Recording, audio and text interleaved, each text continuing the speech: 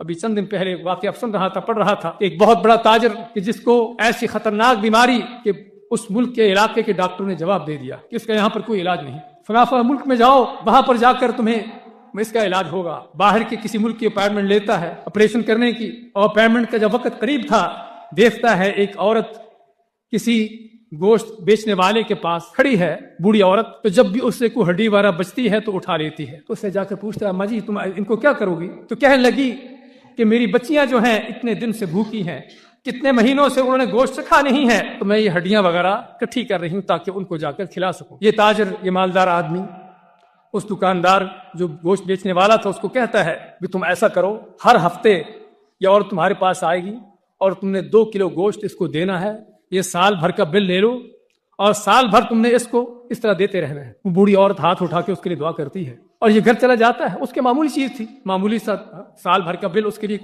بڑا نہیں تھا۔ چلا جاتا ہے گھر، جب گھر پہنچتا ہے تو اس کی طبیعت پہلے سے بہت مختلف۔ گھر والے کہتے ہیں کہ تمہیں کیا ہوا، تم بالکل بدل کے آئے ہو۔